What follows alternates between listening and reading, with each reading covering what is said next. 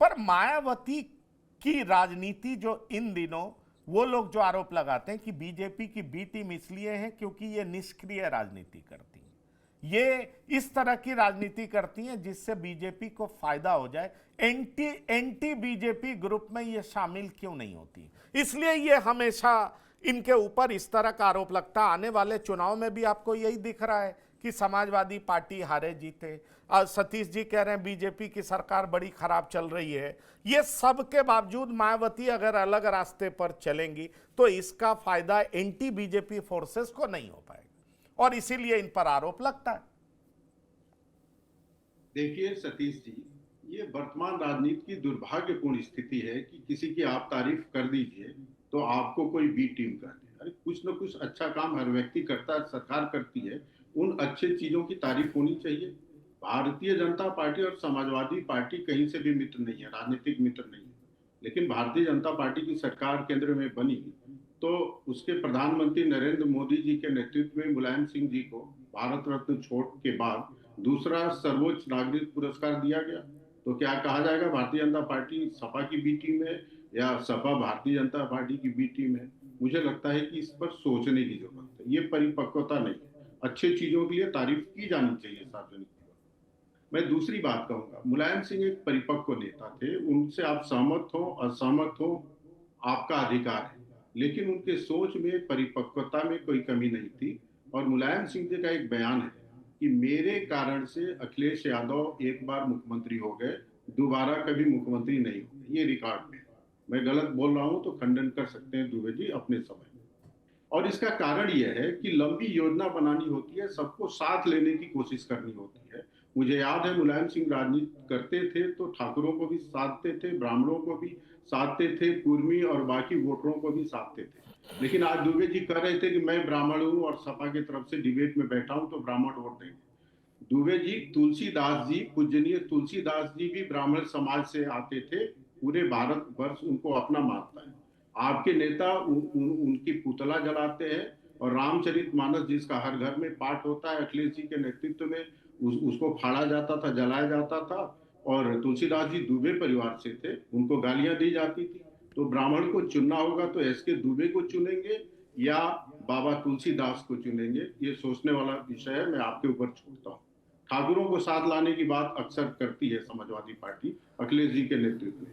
एक तरफ से आपको ठाकुर नेता भी चाहिए और दूसरी तरफ राणा सांगा जैसे जो भारत के आन बान गौरव के प्रतीक हैं, उनको भारत के संसद में खड़े होकर आपके नेता देशद्रोही बताते हैं और उनकी आलोचना करते हैं। तो ऐसे तो आपकी जातियां साथ नहीं रहेंगी। रामन और लोहिया का नाम समाजवादी पार्टी लेती है। लोहिया जी के परिवार का कोई व्यक्ति राजनीति में नहीं है, लेकिन समाजवादी पार्टी चाहे पीडीए कहे या कोई भी नारा लगाए, ए से लेकर और जेड तक आप बड़े नेताओं का नाम लेंगे तो वो सब अखिलेश यादव जी, डिम्पल यादव जी, राम गोपाल यादव जी और शिवपाल यादव जी, शिवपाल के लड़के डिम्पल जी, और इस तरह से पार्टियां, ये पीडीए का प्रारूप नहीं होता है। जो कहते हैं आप अच्छी बात है, जमीन पे काम करेंगे तो कोई भी व्यक्ति जमीन पे काम करेगा, जनता के हित में काम करेगा तो जनता उसको चुन सकती है। लेकिन ये हमेशा ध्यान में रखना चाहिए कि हमारे करनी और कथनी में एका होना चाहिए। और वर्तमान में मुझे लगता है मायावती जी जितनी सक्रिय होंगी पंकज जी, उतना ही जो थोड़ा बहुत दलित वोट समाजवादी पार्टी की तरफ गया था वो दूर होगा। चलिए ये बात तो है, लेकिन मैं आपसे ये जानना चाह रहा हूँ रुद्र जी, ब्राह्मणों को लेकर के अपील की जा रही है, लेकिन अभी जो वर्तमान स्थिति है और मायावती का वोट बैंक लगातार गिरा है, अगर आप लोकसभा की भी बात करें वोट बैंक गिरता रहा, 24 में तो स्थिति और भी खराब हुई, और मेरी जानकारी में एक विधानसभा सदस्य उनके हैं।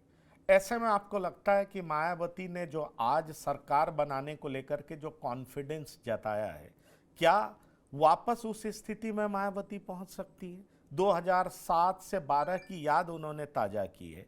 क्या मायावती उस तरीके से आक्रामक हैं, उस तरह की परिस्थिति है, उस तरीके से तमाम जातियों को एक साथ ला सकती हैं?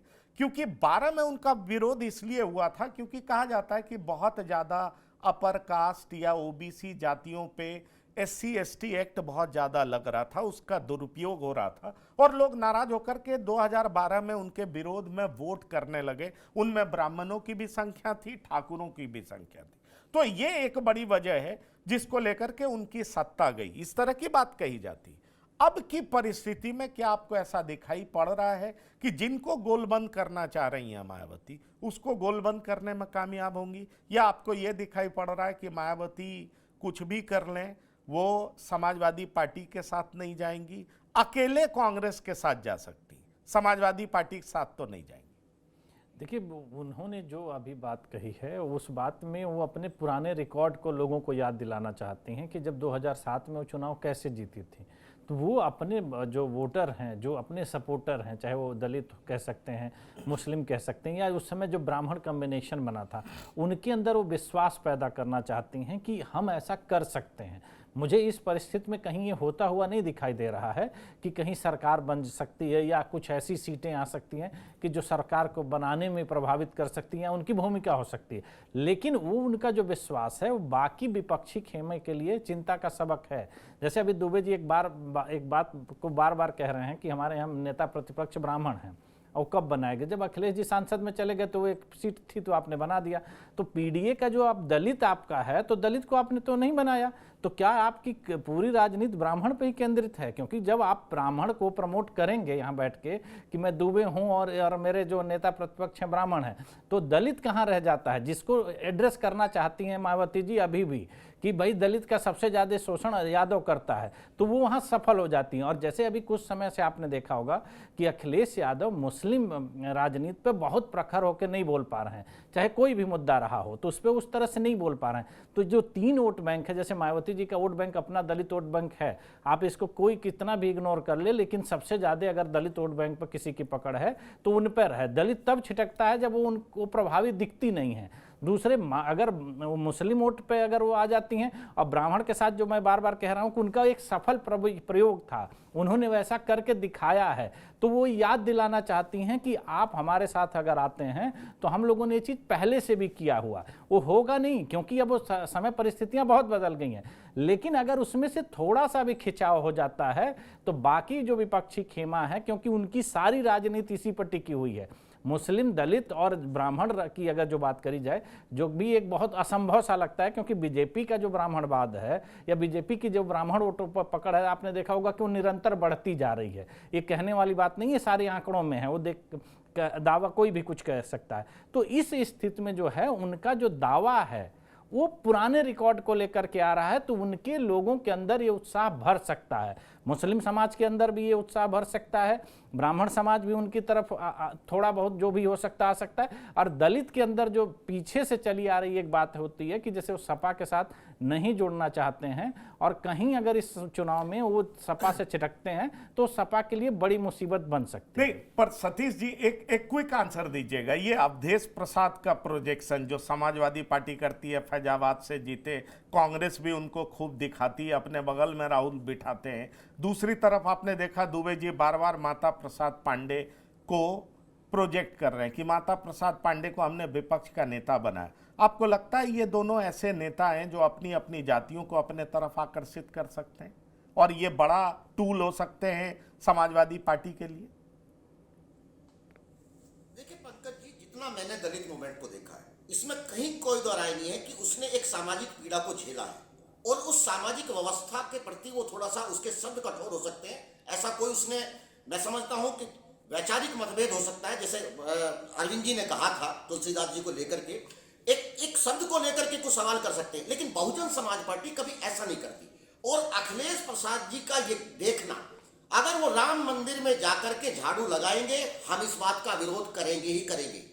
ये सामाजिक न्याय है, ये पीडीए है कि आप एक दलित को, जिसको पढ़ लिखना चाहिए, एक नया संदेश देना चाहिए, संविधान पढ़ना चाहिए, उसे उस सड़ी गली व्यवस्था से बाहर निकलना चाहिए, एक दलित सांसद को आप मंदिर में भेज करके, क्योंकि बिना अखिलेश यादव जी की सहमति के इससे दलित कितना प्रभावित होगा, इससे दलित खुश नहीं होगा, इससे कहीं ना कहीं उसकी भावनाओं को ठेस पहुंचेगी। हर व्यक्ति की भावनाएं होती है, चाहे वो अपर कास्ट हो चाहे वो लोअर कास्ट हो, लेकिन कुछ सवाल दलित मूवमेंट के अंदर है। मैं आपको बिल्कुल दावे के साथ कहूंगा कि बहुजन समाज पार्टी की सरकार में वो आप कहते हैं कि दलितों की सरकार नहीं थी, तमाम वर्गों के लोग, तमाम अपर कास्ट लोग, चाहे वो ब्राह्मण समाज है, चाहे वो ठाकुर, इवन यादव समाज को लेकर के भी बहन जी ने कहा कि आप ये ऐसा नहीं होगा। यादव समाज के हितों की रक्षा भी बहुजन समाज पार्टी की सरकार में उसी तरीके से करेंगे जैसे बाकी लोगों के लिए है। रोजगार, बेरोजगारी की कोई जाति नहीं होती। मैंने आपसे फिर भी कहा था कि बेरोजगारी उत्तर प्रदेश का एक बड़ा मुद्दा है। कोई भी व्यक्ति किसी भी वर्ग में पैदा हो, चाहे वो अपर कास्ट हो चाहे लोअर कास्ट हो, उसको रोज ताने झेलने पड़ते हैं घरों के अंदर। पिछले 10 साल से लोग रोजगार को ढूंढ रहे हैं, तो ऐसे में जातियां पीछे छूट जाएंगी। ऐसे में कहीं ना कहीं लोग उसकी तरफ देखेंगे जो लोगों को रोजगार दे सके, जो लोगों को सुरक्षित माहौल दे सके, जो लोगों के लिए एक अच्छी चीजों का, अच्छी योजनाओं का ऐलान कर सके। बहुजन समाज पार्टी ने 4 बार की सरकार जो चलाई है उसका स्पष्ट संदेश है कि उन्होंने बहुत कम समय में पूरा का पूरा, चाहे आपका यमुना एक्सप्रेस वे होगा, चाहे बुद्धा सर्किट होगा, चाहे नई यूनिवर्सिटी खोलनी होगी, चाहे नए मेडिकल कॉलेज खोलने, ये भी सत्य जी। ठीक है सतीश जी, हम इस डिबेट को चूंकि समय की सीमा खत्म हो रही है, पर बड़ा सवाल यही है कि 2027 में मायावती किसका बिगाड़ेंगी खेल। आज उनका बर्थडे था, जन्म दिवस के अवसर पर जिस तरह की बातें उन्होंने की, क्या उनका इशारा साफ था कि समाजवादी पार्टी के पर उनका कोई भरोसा नहीं है? क्या उनका इशारा इस ओर भी था कि वो अलायंस उसी के साथ करेंगी जिनका वोट ट्रांसफर हो सकता है?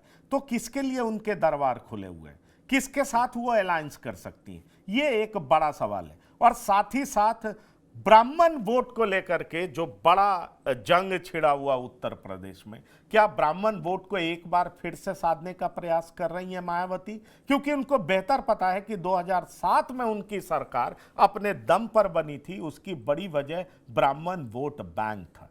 तो क्या मायावती ब्राह्मणों को अपने साथ साधने का प्रयास कर रही है? अपने बर्थडे पर उन्होंने यही मैसेज दिया है। हम लगातार इस पर नजर रखे रहेंगे। हमारे प्रोग्राम में शामिल होने के लिए डॉक्टर एस.के. दुबे जी, सतीश प्रकाश जी, अरविंद सिंह जी और रुद्र प्रताप सिंह जी, अब उत्तर चाहिए में शामिल होने के लिए बहुत बहुत धन्यवाद और शुक्रिया। तो इस खास पेशकश में इतना ही। ताज़ा तरीन खबरों के लिए आप लगातार देखते रहिए TV9 उत्तर प्रदेश उत्तराखंड। धन्यवाद, नमस्कार।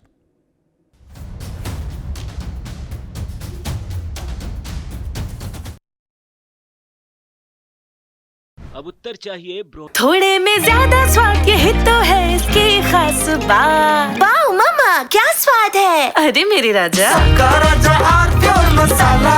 दादी के हाथों का जादू और खुशबू से महकता घर, माँ की मुस्कुराहट और खाने की सुगंध। MDH गरम मसाला, क्योंकि हर रिश्ता है स्वाद से जुड़ा।